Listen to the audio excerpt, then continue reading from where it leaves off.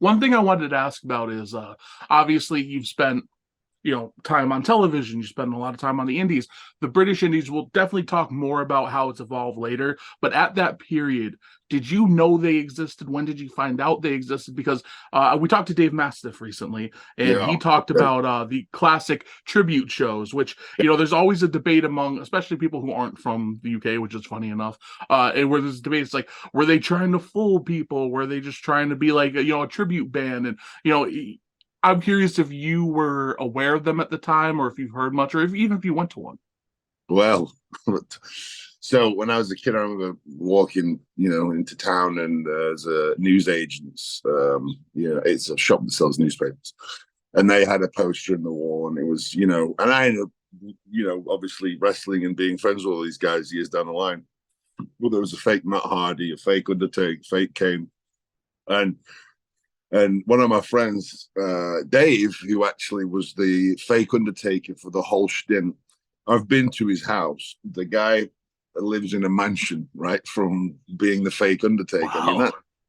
that age, yeah. I mean, they did amazing, and they got loads of cease and desist letters and everything like that. But no, it was definitely it would be as a kid. I obviously thought, oh, this is the real deal, right? And they obviously did work on that basis when it came to the children. Mhm.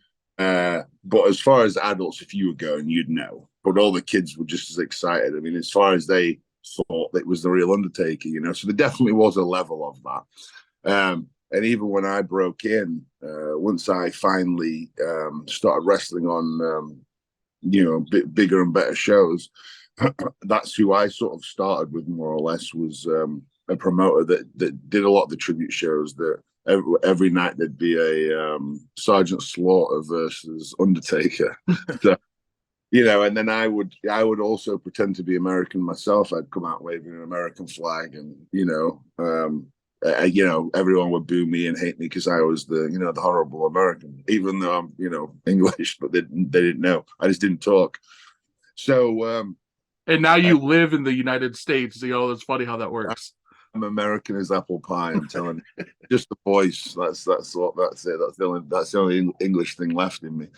But yeah, and a lot of these shows too. I mean, they drew massive. I mean, when I was breaking in, I was in front of 12, 1,300 people every night.